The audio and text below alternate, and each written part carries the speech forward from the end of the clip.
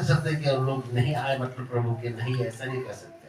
हम ये कह सकते हैं कि हाँ प्रभु के जरूर है, लेकिन किसी न किसी कारणवश वे नहीं आ पाए। हम प्रार्थना करेंगे कि प्रभु तू तेरे लोगों को संभालेगा। और मैं आपको बताना चाहता हूँ, मसीही रिश्ता एक लहू का रिश्ता है। मसीही रिश्ता लहू का रिश्ता है। जब प्रभु यीशु मसीह के पास उसके शिष्य आके कहते हैं कि प्रभु तेरी माता, तेरे भाई, तेरे बहनें आई है, तो यीशु ने कहा कौन मेरी माता, कौन मेरा भाई, कौन मेरी बहनें? जो मेरे पिता की बातों को सुनते हैं और उसके अनुसार चलते हैं, वे मेरी माता, वे मेरे भाई, वे मेरी बहनें। जो संसारिक जो रिश्ता है हमारा भाई बहन होने के नाते, माता पिता का जो रिश्ता है, संसारिक रिश्ता जिसको हम कहते, इससे बढ़कर परमेश्वर ने आत्मिक रिश्ते को महत्व दिया। प्रभु यीशु मसीह पर विश्वास करने वाले जो रिश्ते हैं उसको अधिक महत्व दिया है। संसारिक रिश्ते जरूर है, लेकिन यदि वे प्रभु पर विश्वास करते हैं तो हमारा और उनका रास्ता एक है। परंतु हम प्रभु के मार्ग पर चल रहे हैं और वे प्रभु के मार्ग पर नहीं चल रहे हैं, तो अभी उनका और हमारा मार्ग अलग अलग है। दोनों का ईश्वर अलग है। और इसलिए प्रार्थना करें कि प्रभु मेरे, जैसे तेरा वचन यूं कहता है कि यदि तू विश्वास करेगा तो तेरा और तेरे घराने का उद्धार होगा। प्रभु तूने कहा, प्रभु से बातें करें। प्रभु मेरा तो उद्धार हो गया है, मेरे घर वालों का उद्धार कर, मेरे माता पिता का उद्धार कर, मेरे भाई बहनों का उद्धार कर, मेरे पति का उद्धार कर, मेरी पत्नी का उद्धार कर, मेरे बच्चों का उद्धार कर। प्रार्थना करने की जरूरत है, क्योंकि ये रिश्ता अपने आप नहीं बना। ये रिश्ता यीशु के लहू में बना, यीशु के लहू में बना, यीशु के लहू में ये रिश्ता जुड़ गया है। क्योंकि यीशु के लहू से हम शुद्ध किए गए हैं। यीशु के लहू के द्वारा हम खरीदे हुए लोग हैं। कोई मेरे साथ निकालिए पहला पतरस और दूसरा अध्याय और 9वीं आयत का आखिरी भाग। उस आयत को हम पूरा पढ़ लेंगे। पहला पतरस उसका दूसरा अध्याय और 9वीं आयत इस प्रकार से कहती है, पढ़िएगा हिंदी में। पर तुम चुना हुआ वंश, पूरा पढ़ना है ना? हाँ, पूरा पढ़िए। पर तुम चुना हुआ एक वंश और राजपदधारी याजकों का समाज और पवित्र लोग और परमेश्वर की निज प्रजा हो, इसलिए कि जिसने तुम्हें अंधकार में से अपनी अद्भुत ज्योति में बुलाया है, उसके गुण प्रकट करो। मराठी में इस प्रकार से आया है, वो उस शब्द को मैं लेता हूं, मोलाने मिळवलेले लोग, मतलब जिसके लिए मोल दिया गया है। नीच प्रजा, वहां पर नीच प्रजा आई है हिंदी में, मतलब उसके नीच लोग।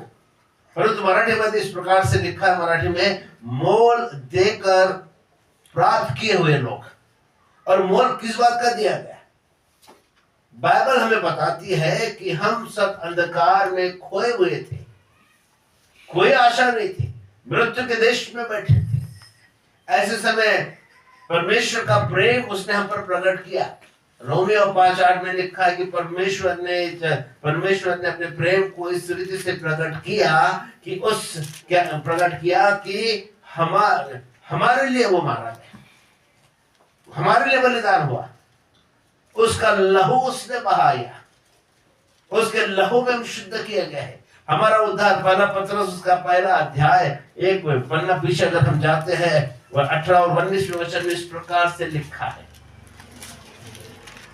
पहला पतरस पहला अध्याय, क्योंकि तुम जानते हो कि तुम्हारा चाल चलन निकम्मा चाल चलन जो बापदादा से चला आता है, उससे तुम्हारा छुटकारा चांदी सोने अर्थात नासवान वस्तुओं के द्वारा नहीं हुआ, पर निर्दोष और निष्कलंक मेमने अर्थात मसीह के बहुमूल्य लहू के द्वारा हुआ। देखिए बहुत स्पष्ट लिखता है। पतरस पर इस बात को पवित्र आत्मा ने प्रकट किया और पतरस यहाँ पर इस प्रकार से लिखता है कि तुम्हारा लिखा है कि तुम्हारा उद्धार है ना, कारण हे तुम्हाला ठाऊक आहे की तुमच्या वाड वडिलांपासून तुम्हारे बाप दादाओं के द्वारा और उस निकम्मे चाल चलन के द्वारा तुम्हारा उद्धार नहीं हुआ, न सोना न चांदी न रुपए के द्वारा या बहुमूल्य पदार्थों के द्वारा तुम्हारा उद्धार नहीं हुआ। आज मनुष्य अपने कर्मों के द्वारा उद्धार को प्राप्त करना चाहता है, अपने कर्मों के द्वारा उद्धार को प्राप्त करना चाहता है। वो सोचता है कि यदि मैं कर्म करूंगा, भले काम करूंगा तो मेरा उद्धार हो जाएगा।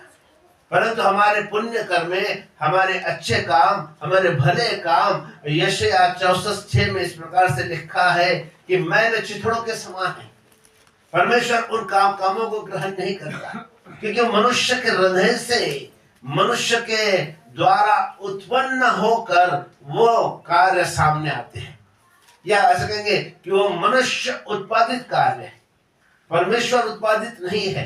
मनुष्य ने अपने बुद्धि से किए हुए काम, परंतु ऐसे काम कि जिसे वो भले काम कहता है, परंतु गंदे हृदय से निकल कर आते। क्योंकि वचन में लिखा है कि मनुष्य को असाध्य लोग लगा हुआ है, पाप करो, हमारा हृदय धोखा देने वाला, इस प्रकार से कहता है। यिर्मयाह 17:9 में लिखा है। यहाँ पर देखिए पतरस कहता है कि पतरस के द्वारा पवित्र आत्मा आपको और मुझको जताता है कि तुम्हारा उद्धार बाप दादा से चली रीति रिवाजों के द्वारा, जो निकम्मे रीति रिवाजों के द्वारा नहीं, परंतु निष्कलंक, वचन लिखा है, निष्कलंक, निर्दोष, बेदाग उस मेमने के द्वारा जो मसीह यीशु है, उसके बहुमूल्य लहू के द्वारा तुम्हारा उद्धार हुआ है। तुम्हें मोल ले लिया है, हमें खरीद लिया है, हमें खरीद लिया है। अब हम लहू से धोकर शुद्ध किए हुए लोग हैं। अब हम संसारिक नहीं, और इसलिए पौलुस कहता है कि संसार के सदृश न बनो, परंतु तुम्हारे नए हो जाने से, रोमियो 12:2, तुम्हारे नए हो जाने से मतलब तुम्हें अब धो दिया गया है, अब तुम नई सृष्टि हो गई हो।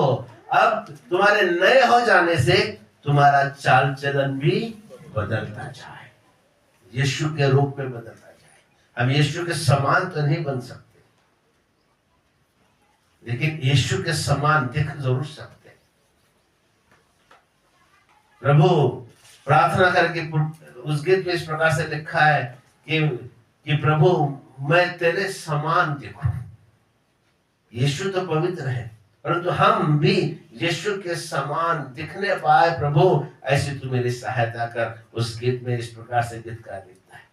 मैं आपको बताना चाहता हूं कि जो प्रभु के लिए जिन्होंने अपना जीवन बलिदान कर दिया, दूसरे शब्द में कहूंगा कि जो प्रभु के लिए खरीदे हुए लोग हैं, ऐसे खरीदे लोग हैं जिन्होंने जीवित रहते हुए परमेश्वर को प्रसन्न किया।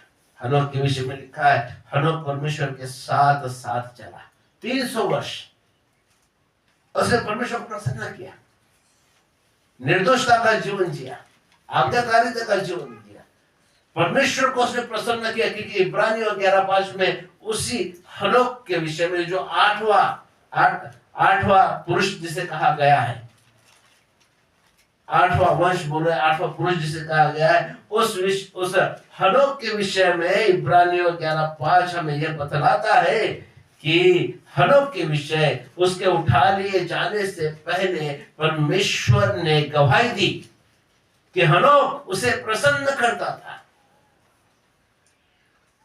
हम खरीदे, उसके लहू से खरीदे हुए लोग हैं।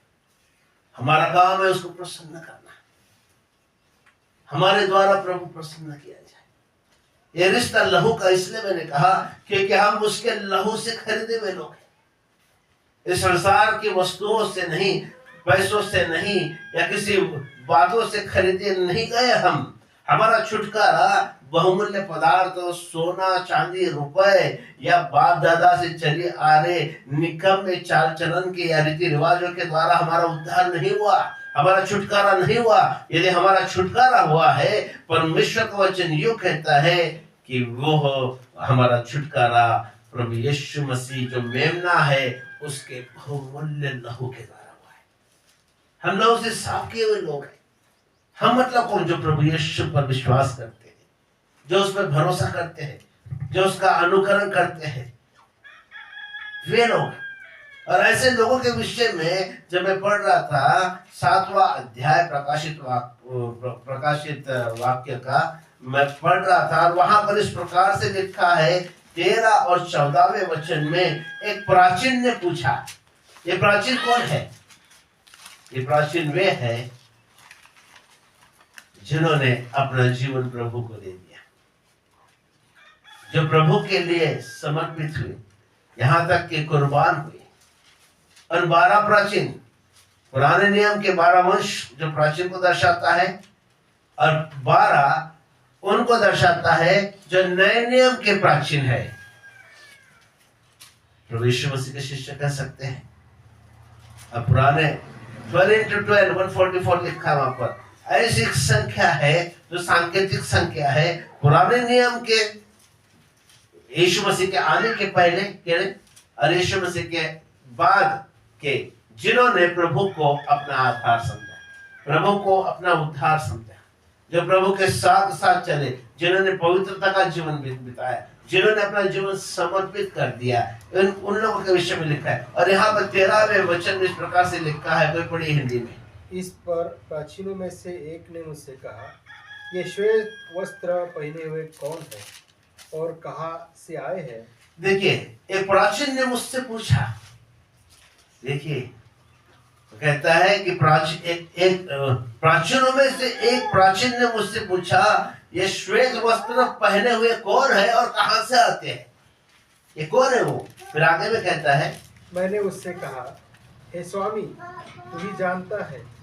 उसने मुझसे कहा, ये वे हैं जो बड़े क्लेश में से निकल कर आए हैं। उन्होंने अपने अपने वस्त्र मेमने के लहू में धोकर श्वेत किए हैं। देखिए, वो कहता है ये वे है। यूहन्ना कहता है, प्रभु तू ही जानता है। प्रभु से बात करता है यूहन्ना, कहता है प्रभु तू ही जानता है। और प्रभु ने कहा, ये वे हैं जो बड़े संकटों में से आते, बड़े क्लेशों में से आते। पृथ्वी पर रहते हुए इन्होंने क्लेश उठाया, मेरे नाम के लिए सताए गए, मेरे नाम के लिए कुर्बान हुए। आपको पता है, प्रभु यीशु मसीह के 12 शिष्य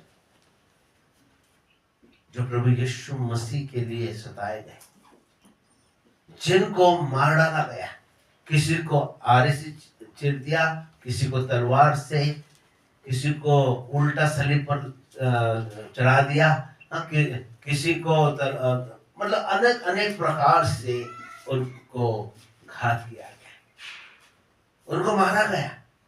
उनमें से एक थोमा नामक प्रभु यीशु मसीह का शिष्य हमारे भारतवर्ष में है, चेन्नई में, केरल में आया, वहां से चेन्नई आया। और चेन्नई में जो आज भी वहां पर सेंट थॉमस माउंटेन के नाम से आज जाना जाता है, माउंट ऑफ सेंट थॉमस। उस पहाड़ पर जब थोमा प्रार्थना कर रहा था, किसी ने उसे भाले से बेध दिया, उसको मार डाला वहां पर। मैं ये बताना चाह रहा हूं कि प्रभु के शिष्य जो प्रभु के साथ चले, उसमें से एक शिष्य भारत आता है, और भारत आकर सुसमाचार सुनाता है। अब बहुत सारे लोगों को प्रभु के और वो ले जाता है, बहुत सारे लोगों का उद्धार होता है। परंतु सेवा करते समय किसी ने उसका घात कर दिया, मार डाला। प्रभु के शिष्य सब बलिदान हुए, 12 के 12 शिष्य बलिदान हुए। उसमें से एक तो गद्दार निकला, फिर उस यहूदा के इस्करियोती की जगह पर मत्ती की नियुक्ति हुई। ऐसे 12 शिष्य, वो 12 के 12 शिष्य घात किए गए। उसमें से एक शिष्य जिससे प्रभु यीशु मसीह बेहद प्यार करता था, जिसका नाम था यूहन्ना, जो पतमस बेट पर जिसको सजा हुई थी, बस वही एक है। उसे भी सताया गया, उसे भी तेल की कढ़ाई में डाला गया, लेकिन उसका कुछ नहीं हुआ। वो अपने वृद्ध अवस्था में मारा गया, परंतु सताया गया। मैं आपको बताना चाहता हूँ, प्रभु के लोग सताए जाएंगे। और ये वे लोग हैं जो प्रभु के लिए सताए गए थे। ये वे लोग हैं जो सुसमाचार के लिए और लोगों के उद्धार के लिए प्रभु के सेवा के प्रति जो समर्पित थे, ये सब के सब मारे गए, कुर्बान हुए ये लोग।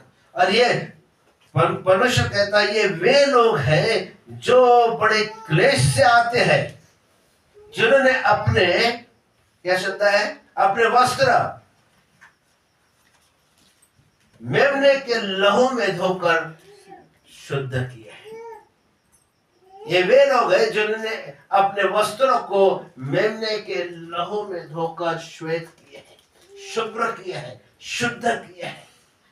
परमेश्वर उनके विषय में गवाही देता है, प्रभु यीशु मसीह उनके विषय में गवाही देता है, जिन्होंने अपना जीवन प्रभु को दिया, प्रभु के लिए वो मरने तक के विश्वास योग्य रहे। फिलिप्पियों उसका 2 अध्याय 2 वचन से 5 वचन से लेकर 10 वचन तक यदि हम पढ़ते हैं, वहां इस प्रकार से लिखा है, प्रभु यीशु मसीह के विषय में लिखा है कि वो मनुष्य के लिए, आपके लिए और मेरे लिए शून्य बना। वो अपनी महिमा छोड़कर एक साधारण सा दास बनकर इस दुनिया में आया, हमारे बीच में वो रहा। और उसके विषय में लिखा है, प्रभु यीशु मसीह के विषय में लिखा है कि वह मृत्यु तक आज्ञाकारी रहा, मृत्यु तक आज्ञाकारी रहा। उसने मृत्यु भी सह ली, उसने अपना लहू बहा दिया। यीशु मसीह के विषय में फिलिप्पुस गवाही देता है, पवित्र आत्मा व फिलिप्पुस के द्वारा लिखता है, तो कहता है कि वो मृत्यु तक आज्ञाकारी रहा। हाँ, उसने क्रूस की मृत्यु भी सह ली। यीशु भी आपके लिए और मेरे लिए बलिदान हुआ। और जितने लोग उसके पीछे चले, उनके विषय में यहाँ पर प्रकाशित वाक्य 7वां अध्याय 13 और 14वें वचन में कहता है, ये वे हैं जो बड़े संकटों से, बड़े क्लेशों से निकल कर आते हैं, जिन्होंने अपने वस्त्र मेमने के लहू में, मेमना अर्थात प्रभु यीशु मसीह के उस बलिदान किए हुए लहू में धोकर उन्होंने अपने वस्त्रों को शुभ्र, श्वेत, पवित्र और शुद्ध किया है। उनके विषय में गवाही देता है, जिस प्रकार से हनोक के विषय में गवाही दी। मैं आपको बताना चाहता हूं कि स्वर्ग में फिर गवाही दी जाएगी उन लोगों के लिए, उन लोगों के विषय में जिन्होंने इस संसार में रहते हुए अपना जीवन प्रभु को दिया। इस संसार में रहते हुए वे मृत्यु तक आज्ञाकारी रहे, इस संसार में रहते हुए पवित्रता का जीवन जिया, इस संसार में रहते हुए वे बलिदान हुए सुसमाचार की सेवा के लिए। वो सताए गए, वे त्यागे गए, वो मार डाले गए। उनके विषय में गवाही दी जाएगी। और जब वो इस संसार में थे, उन्होंने पवित्रता का जीवन जिया है। यहाँ पर लिखित प्रकाशित वाक्य 14 अध्याय और 4 वचन में इस प्रकार से फिर से कहता है, 3 और 4 वचन के जब पढ़ेंगे तो उनके विषय में फिर परमेश्वर कहता है, फिर पढ़िएगा। और वे सिंहासन के सामने और चारों प्राणियों और प्राचीनों के सामने मानो यह नया गीत गा रहे थे, और उन 1,44,000 जनों को छोड़ जो पृथ्वी पर से मोल लिए गए थे, कोई वह गीत ना सीख सकता। मतलब वो गीत वही जानते थे जो 1,44,000 है ना, 1000 अर्थात एक सांकेतिक आंकड़ा है। 12 into 12 जैसा मैं थोड़ी देर पहले कहा, यीशु मसीह के पहले जो प्रभु परमेश्वर के खोजी थे, 12 वंश के बारे में कहता है। और नए नियम के जो वाचा के, नई वाचा के जो नई वाचा के लोग हैं, उनके विषय में वो कहता है। 12 into 12 मतलब 144,000 है ना, 1,44,000 एक सांकेतिक संख्या है, क्योंकि परमेश्वर अपने लोगों को जानता है। वे, उनके विषय में लिखा है कि वे ही लोग उस गीत को जानते हैं, कोई दूसरा समझ नहीं सकता। क्यों? आगे लिखा है, ये वे हैं जो स्त्रियों के साथ अशुद्ध नहीं हुए पर कुंवारे हैं। वही है कि जहाँ कहीं मिलना जाता है वे उसके पीछे हो लेते हैं। ये तो परमेश्वर के निमित्त पहले फल होने के लिए मनुष्यों में से मोल लिए गए। देखिए यहाँ पर बहुत स्पष्ट करता है, यहाँ पर पवित्र आत्मा यूहन्ना के द्वारा बहुत स्पष्ट करता है, वे स्त्री के संग, क्या लिखा है, अशुद्ध नहीं हुए, अर्थात वे अपवित्रता का, स्त्री के संग मतलब अपवित्रता के, अपवित्र न हुए, परंतु उन्होंने अपने आप को शुद्ध बनाए रखा, अपने आप को शुद्ध बनाए रखा।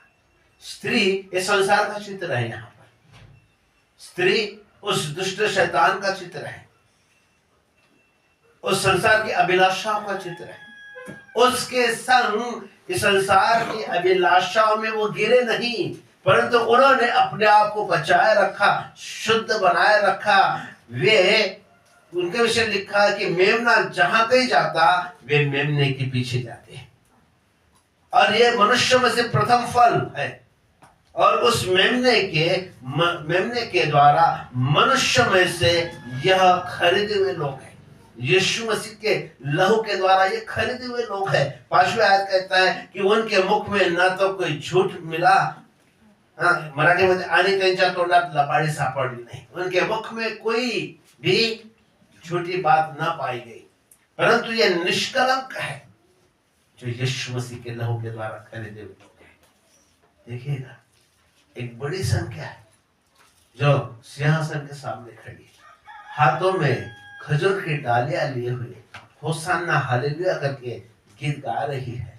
और यह वो बड़ी संख्या है जो गिन नहीं सकता, एक सांकेतिक नंबर है जो गिन नहीं सकता। ये वे है जो यीशु के लहू के द्वारा खरीदे हुए लोग हैं, जिन्होंने कोई कॉम्प्रोमाइज नहीं किया दुनिया में रहते हुए, संसार की बातों से अपने आप को अशुद्ध नहीं किया, जिन्होंने कोई समझौता नहीं किया परंतु पवित्रता का जीवन जिया, जिन्होंने समर्पण का जीवन जिया। जैसा उनका उद्धार हुआ, जैसा उन्हें पता चला कि हमें यीशु ने खरीदा है, हमें परमेश्वर पिता ने खरीदा है, उसके बेटे के लहू के द्वारा खरीदा है, वे लहू में बने रहे, वे लहू के रिश्ते में बने रहे, वे पवित्रता का जीवन बिताकर, आज्ञाकारिता का जीवन बिताकर उन्होंने परमेश्वर को प्रसन्न किया।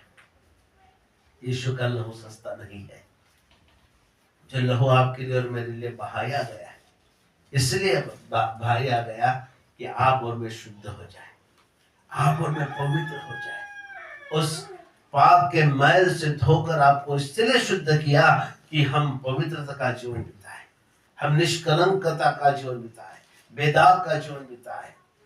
और परमेश्वर चाहता है कि जैसा वो पवित्र है वैसे हम भी पवित्र बने, क्योंकि पहला पतरस पहला अध्याय और 15 और 16वें वचन इस प्रकार से लिखा है कि वो पवित्र है, अत्यंत पवित्र है, और इसलिए वो हिदायत देता है और वो कहता है जैसा मैं पवित्र हूँ वैसे तुम भी पवित्र बनो। यहाँ लिखा है जिसने तुम्हें बुलाया है वो पवित्र है, और इसलिए हमें हमारे चाल चलन में पवित्र होना है। 15वें अध्याय में लिखा है, 16वें वचन इस प्रकार से कहता है, पहला पतरस पहला अध्याय 16वें वचन में ऐसा लिखा है कि तुम पवित्र बनो क्योंकि मैं पवित्र हूँ। वो कहता है, सब परमेश्वर कहता है तुम पवित्र बनो क्योंकि मैं पवित्र हूँ। बिना पवित्रता के उसको देख नहीं पाएंगे। और मैं आपको बताना चाहता हूँ, यीशु मसीह ने आपको और मुझको उस पाप से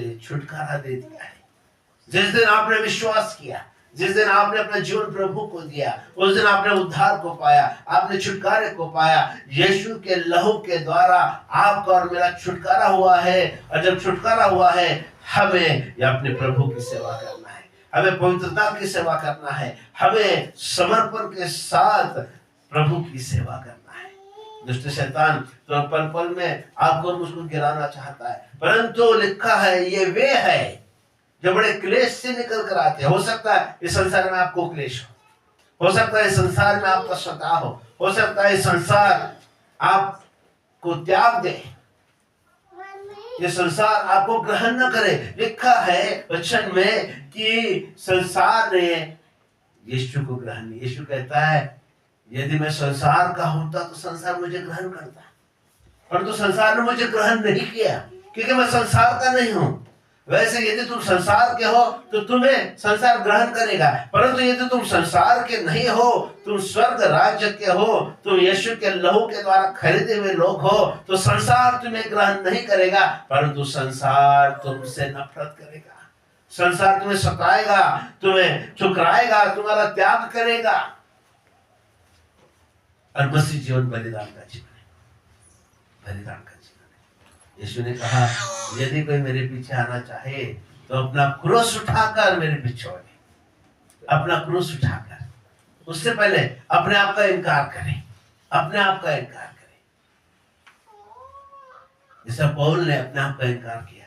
पौलुस कहता है कि मैं अब जीवित न रहा, मैं जीवित नहीं रहा, मैं उस क्रूस पर चढ़ाया गया, मैं उस क्रूस पर चढ़ाया गया, अब मैं जीवित नहीं रहा, अब मैं मसीह यीशु मसीह। गलती 22 में लिखा है अब मैं यीशु मसीह में हूँ, मेरा अस्तित्व खत्म हो गया, मैं कब का मर गया। जिस दिन मुझे यीशु ने पुकारा, उसके लहू से धोकर शुद्ध किया, मुझे उसने जीवित किया, उस दिन मैं यीशु मसीह में जीवित किया गया। आदम में सब मरते हैं, लेकिन यीशु मसीह में सब जिलाए जाते हैं। यीशु का लहू आपको और मुझको जीवंत करता है। यीशु का लहू आपको और मुझको उसके बेटे और बेटियां बनने का अधिकार देता है। यीशु के लहू के द्वारा आपका मेरा छुटकारा हुआ है। बाप दादा से चली आ रही रीति रिवाजों के द्वारा नहीं, जो निकम्मी जिसे रीति रिवाज कहा गया है, और ना ही बहुमूल्य पदार्थों के द्वारा, सोने रुपए चांदी के द्वारा नहीं, तुम्हारे कर्मों के द्वारा नहीं, पर आपका और मेरा छुटकारा यीशु के लहू के द्वारा हुआ है। वो लहू जो शरीर से बहा, यीशु आपके लिए और मेरे लिए घायल हुआ, उसने आपको और मुझको बचाने के लिए अपने आप को बलिदान करके दे दिया, अपने आप को बलिदान करके दे दिया। उसको हम स्मरण रखें। जैसा उन लोगों के विषय में गवाही दी स्वर्ग, ये वे जिन्होंने समझौता नहीं किया, ये वे हैं जो क्लेशों से निकल कर आते हैं, ये वे हैं जो संसार के सताए हुए हैं, ये वे हैं स्त्री संग से अर्थात इस संसार से वे अशुद्ध नहीं हुई, ये वे हैं जो यीशु मसीह के लिए सताए गए हैं, यीशु मसीह के लिए बलिदान और कुर्बान हुए हैं, और उनके लिए स्वर्ग में सिंहासन रखा है, उनके लिए स्वर्ग में वो मुकुट रखा है जो अविनाशी मुकुट रखा है। तो आइए हम भी यीशु मसीह के लहू में छिप जाए। यीशु मसीह के लहू में अंतिम है तो ही हम उसके स्वर्ग के भागी बनेंगे, तो ही हम उसके राज में हम प्रवेश कर पाएंगे।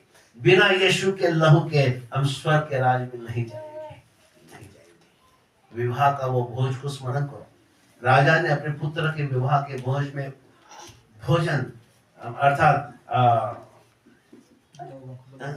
लोगों को आमंत्रित किया कि आओ मेरे पुत्र के विवाह के भोज में तुम शामिल हो जाओ। और आपको पता है वहां पर आमंत्रित नहीं आए, इसलिए राजा ने कहा जाओ, जो कुछ मिले गली कुचे में, सड़कों पर, लंगड़ा हो लूला हो, कैसा भी हो, जाओ उन्हें लेकर और उन्हें लाया गया और उनको एक वस्त्र दिया गया। राजा के भोज में उनको एक वस्त्र दिया गया।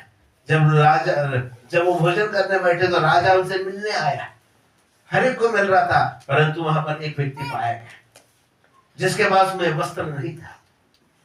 राजा कहता कि तू यहाँ कैसा आया? उसका अंदर कोई शब्द नहीं था। देखिए, राजा ने कहा इसके हाथ पैर बांधो और उसको अंधेरी कोठरी में डाल दो, वहां दांत खाना रोना और दांत खाना पिसना और रोना वहां पर होगा, वहां अंधकार होगा।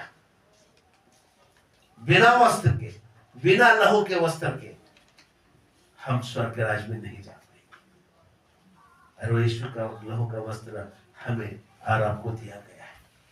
वो लहू आपके लिए और मेरे लिए बहाया गया है, और इसलिए अपने आप को यीशु के लहू में धोकर हम शुद्ध करें।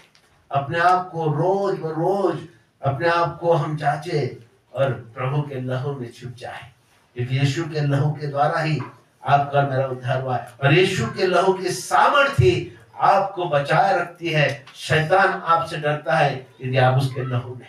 ये लहू की सेवा है, ये बलिदान की सेवा है, ये लहू का एक रिश्ता है जो प्रभु यीशु मसीह में बना हुआ रिश्ता है। आइए उसके लहू को स्मरण करिए। यीशु के लहू में मैं जीवित हूँ, आप अंगीकार करें। यीशु के लहू के द्वारा मैं बचाया गया। यीशु के लहू से मैं अब प्रभु का बेटा हूँ, प्रभु की बेटी हूँ, आप कह सकते हैं। और शैतान हारा हुआ है, यीशु के लहू के द्वारा वो हारा हुआ है। यीशु मसीह ने बलिदान देकर आपको और मुझको मोल लिया है।